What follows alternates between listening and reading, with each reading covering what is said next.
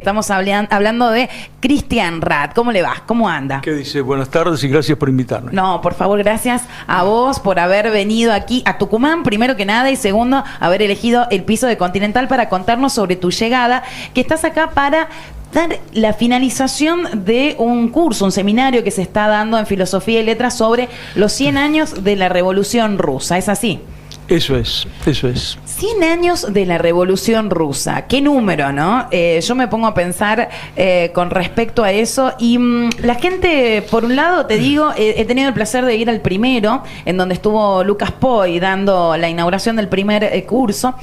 Y la verdad que a sala llena, anfiteatro lleno. Me ha sorprendido eso desde el punto de vista de la juventud. Muchos jóvenes, lleno el anfiteatro de jóvenes, escuchando atentos sobre este aniversario. Lo que me hace pensar, ¿sigue en vigencia teniendo en cuenta hoy por hoy las cuestiones económicas y financieras en las que atravesamos? ¿Vos qué crees? Bien. Bueno, esa es la pregunta. Porque primero, tomando lo que vos decís, yo vengo de Santa Fe y de Rosario, con charlas sobre este tema.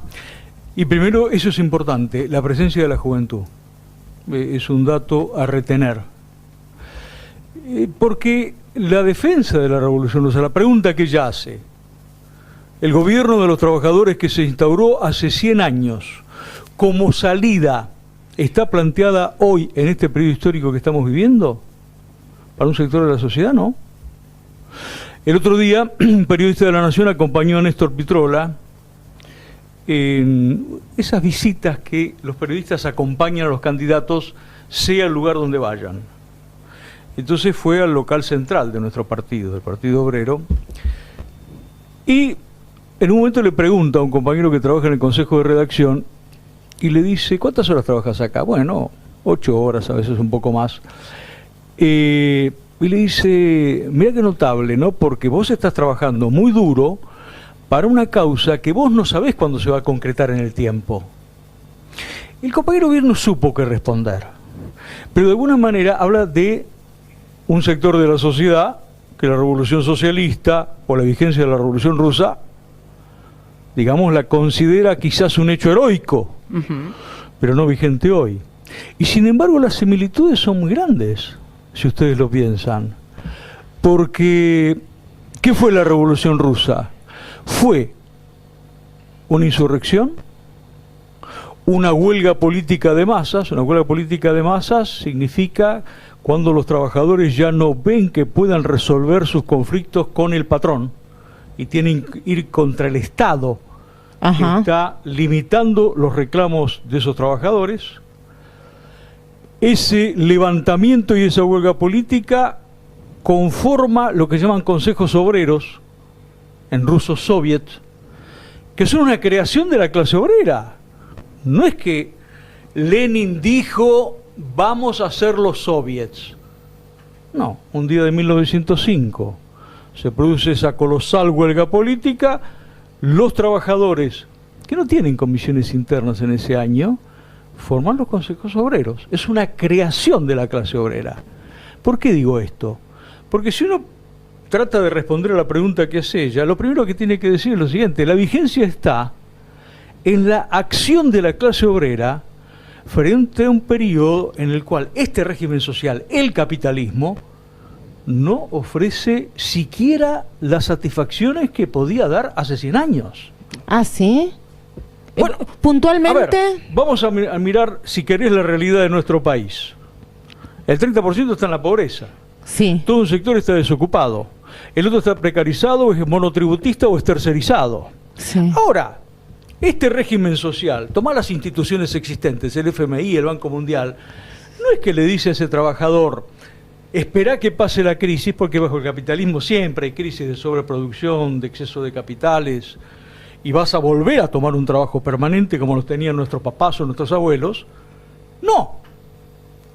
Ahora le dice, este capitalismo no te puede ofrecer el empleo permanente que tenía tu papá o tu abuelo. Yo te puedo ofrecer una asignación universal por hijo, que ganes una miseria que no tiene nada que ver con el salario de la canasta familiar, y vos con eso comprarás productos de segunda calidad, Tendrás un cable que te permitirá ver fútbol o la serie de tu preferencia, así que no te excluyo del consumo, pero pasás a ser un subproletariado, un subclase obrera. Es decir, el capital ya no te puede dar siquiera la condición de asalariado que te daba hace 100 años. Es decir, cuando se armó el gobierno de trabajadores en Rusia, también se armó en un periodo de descomposición capitalista. ¿Por qué? Estaba la guerra. Claro. Este sector subobrero que usted define como subclase obrera, ¿existía hace 100 años? Claro. En ese punto, ese sector tendía a aparecer en ciertos ciclos de crisis. Ajá. Pero luego se producía una absorción, porque ese capitalismo tenía cierta pujanza. Ajá. Se inventa la lámpara eléctrica. La lámpara eléctrica significa también la creación de miles de empleos.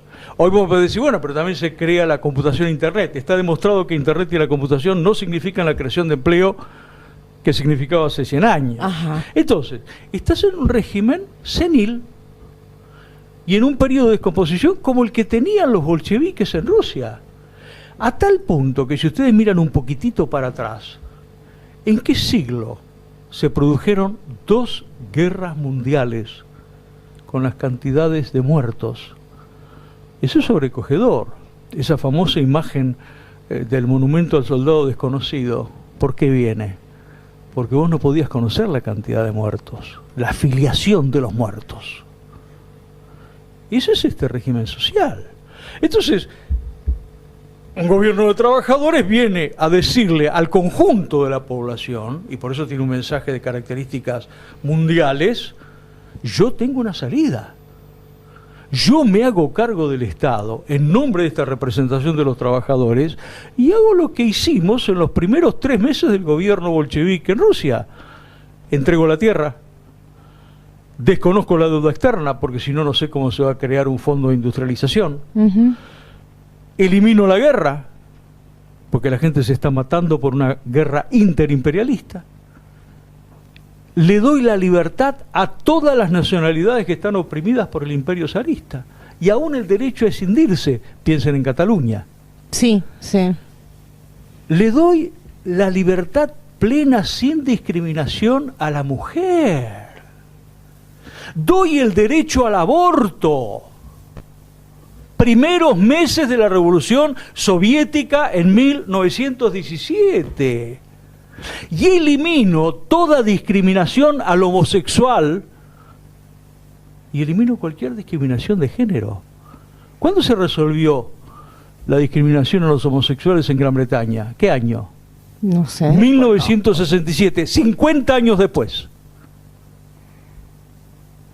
Es decir, el gobierno de trabajadores produjo todas las transformaciones sociales y democráticas en una suerte de combinación y tránsito hacia tareas también socialistas, tareas que la burguesía nacional rusa no quería acometer, porque tenía el miedo de que la clase obrera pasara por sobre su cabeza. Y entonces hizo un pacto con la burguesía nativa, los partidos reformistas, los partidos conciliadores, para frenar ese proceso. Y los bolcheviques se diferenciaron de ello y en el lapso de 7 meses lograron esa delimitación, esa clarificación. Entonces, la vigencia está primero en esa acción de la clase obrera, frente a un régimen de descomposición que hoy está dando menos que entonces. A ver si se entiende. No es que estamos en un régimen mejor que entonces, no. Estamos en un periodo donde las contradicciones del capital son mayores. Miren, yo en el otro programa que estuve les leía una cosa que se lo cuente para que ustedes vean cómo lo ve la burguesía. The Economist es el semanario financiero, del capital financiero más importante del mundo, quizás. Sale todas las semanas. Hace 3 meses sacó un editorial con este título: las similitudes del mundo que produjo la Revolución Rusa son demasiado grandes como para sentirse cómodos. ¿Escucharon? Bastante claro. Está fechado este año.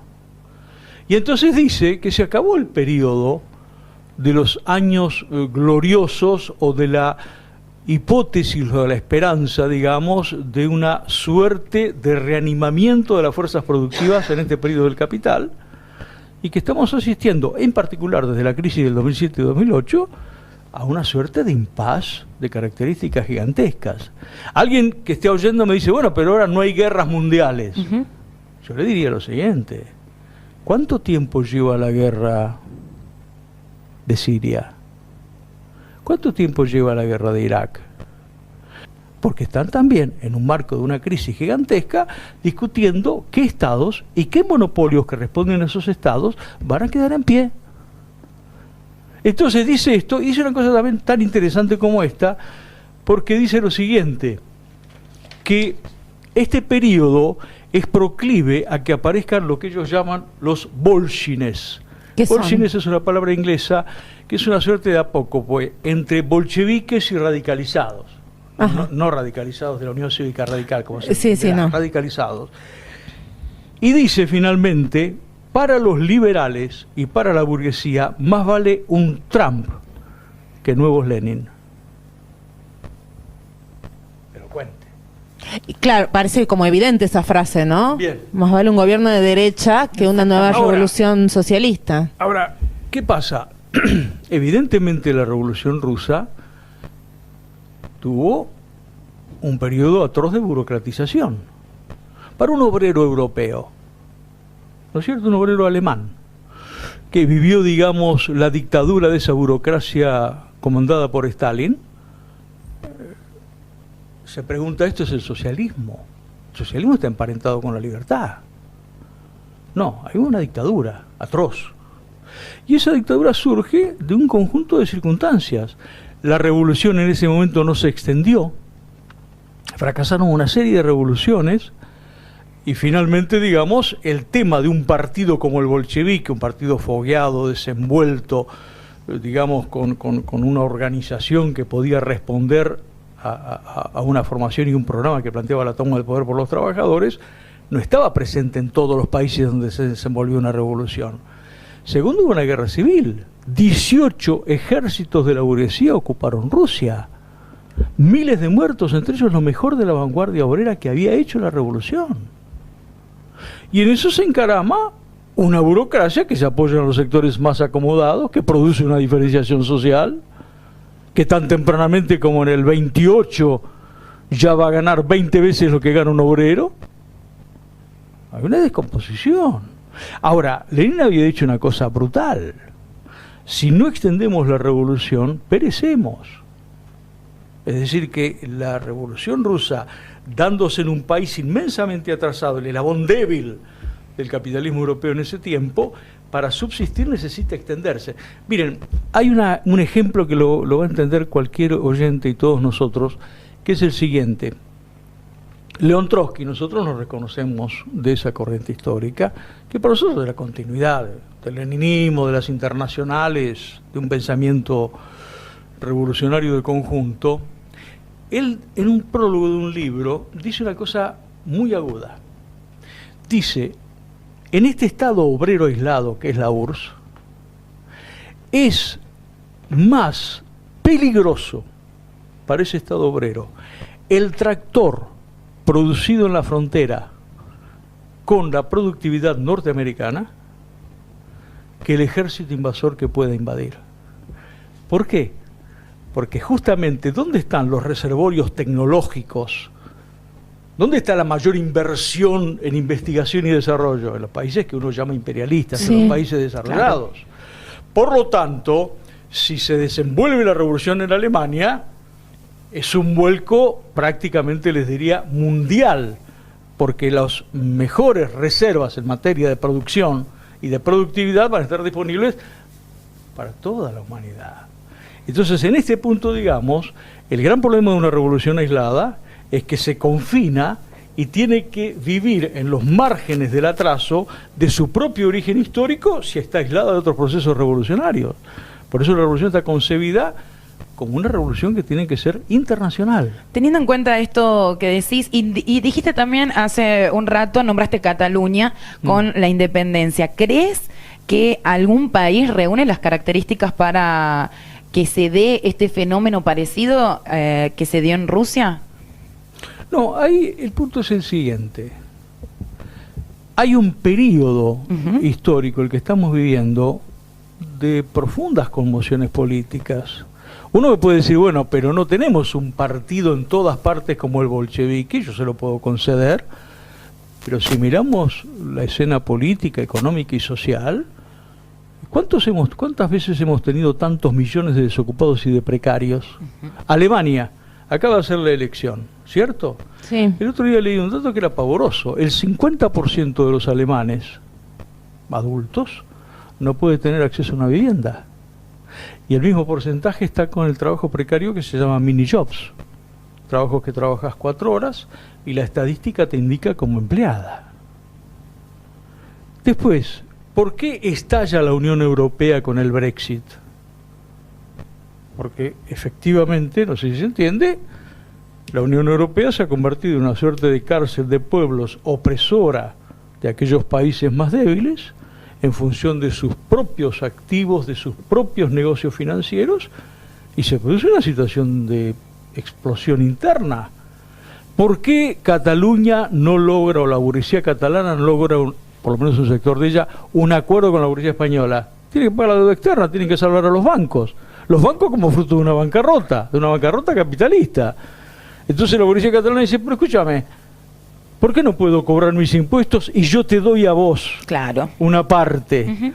Y la burguesía española dice, y vos vas a bancarte el presupuesto de conjunto de España en un momento que te están apretando la Unión Europea, tengo que rescatar bancos y encima tengo que cubrir una serie de obligaciones.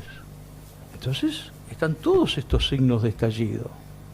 Entonces me parece que tenemos que darle un mensaje en ese aspecto, digamos, de estudio y de reivindicación de la Revolución Rusa, que al mismo tiempo la clase obrera ha hecho esfuerzos denodados por preservar esa causa. Ustedes no se olviden lo siguiente, cuando se habla de la Revolución Rusa, la Revolución Rusa tiene una proyección mundial, después del 17.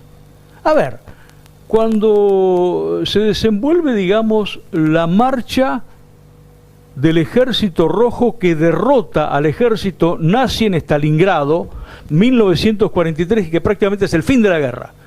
La guerra se prolonga porque los Estados Aliados no quieren que ese Ejército Rojo siga avanzando.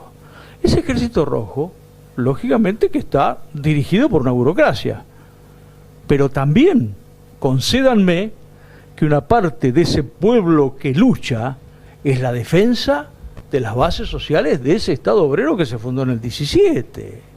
Y la Revolución Rusa está presente en todo el ciclo revolucionario que se presenta en China, que se presenta en Cuba, con independencia de las direcciones que puedan elegirla. Su reivindicación y su ejemplo en la Revolución Rusa, porque la Revolución Rusa es la primera revolución obrera que no solamente triunfa, sino que ejecuta todas estas tareas que mencioné y al mismo tiempo se mantiene en el poder bajo este régimen de consejos obreros durante todo un periodo.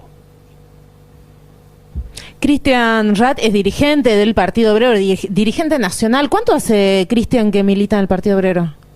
Yo comencé a militar más cerca del micrófono, por favor. En el año 1965. Es fundador de Política Obrera era antes, ¿no? En Política Obrera, en el origen no había un grupo fundador que tuvieron 5 o 6 compañeros y luego una incorporación, digamos, muy acoplada a esta fue la nuestra. Nosotros veníamos de un grupo de orientación católica de Bahía Blanca con un gran compañero que murió días después del Cordobazo, que se llamó Ernesto Foix, Marcelo Martín como nombre político.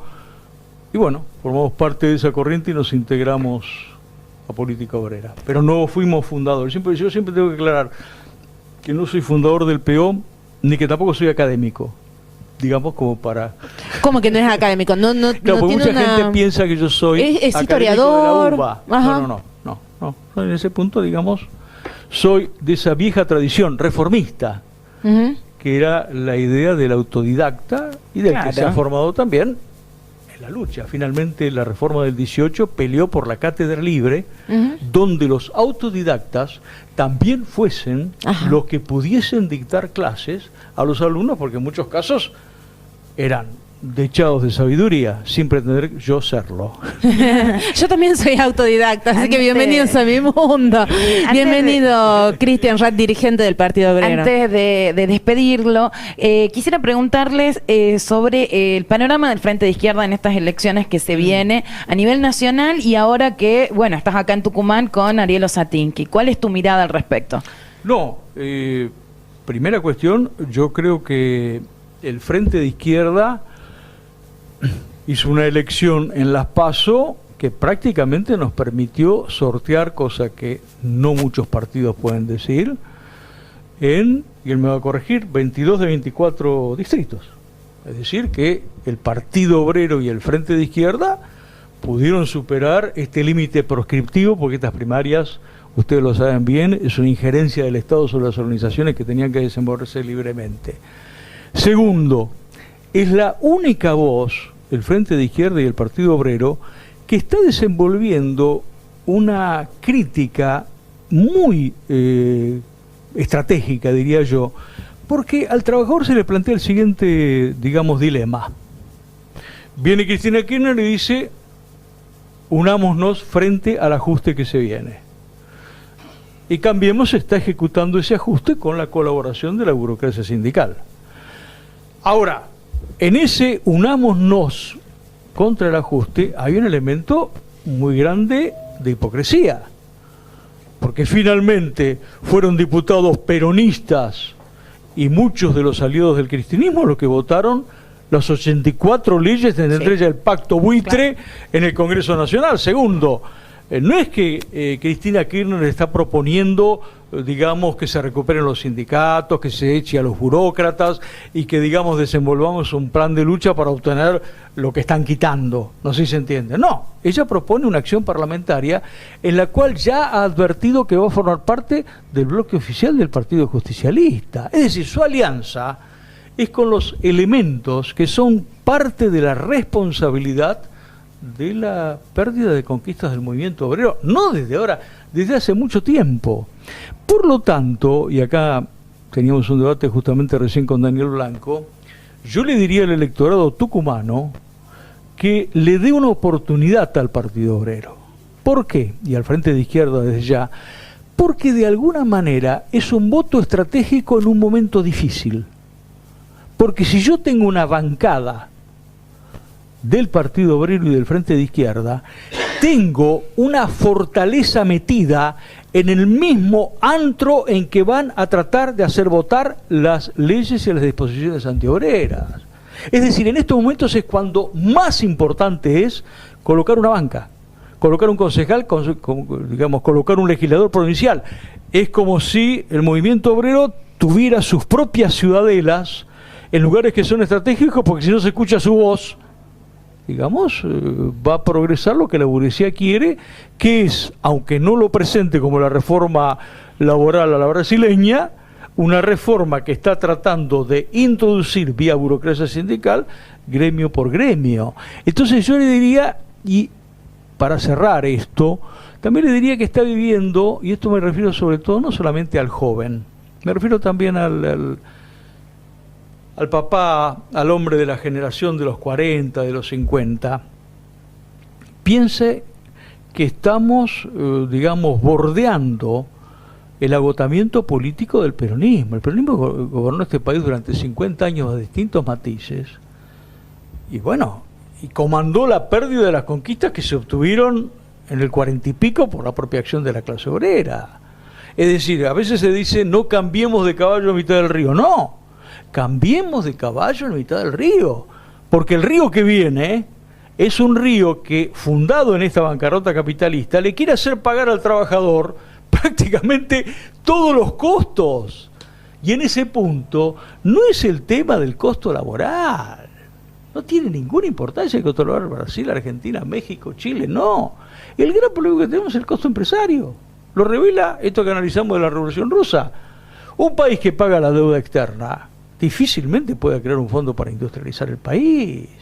Un país que está destinando lo que destina al pago de esa deuda externa, bueno, vive absolutamente al día. Un país que está pagando el 27,5% de interés por el negocio de las LEVAC, no puedes sostener ningún emprendimiento elementalmente productivo.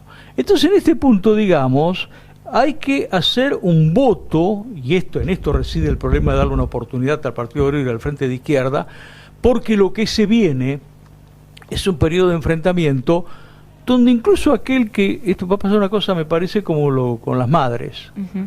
Las madres siempre decían en su buena época, no en la época en que fueron estatizadas por el kirchnerismo, siempre decían: nosotros no éramos militantes, ni pensábamos ser militantes. La muerte de nuestros hijos nos colocó en ese dilema. Muchos, frente a la reforma que se viene, también se van a tener que plantear cómo ocupan un lugar en el movimiento de lucha. Clarísimo. Cristian Rath con nosotros esta tarde. Te recuerdo que va a estar en la Facultad de Filosofía y Letras a las 18:30 en el Anfiteatro 4 para finalizar la última clase del curso de la Cátedra Libre a 100 años de la Revolución Rusa. Muchísimas gracias por haber visitado el piso de Radio Continental Tucumán. Muchas gracias por invitarnos. Ahora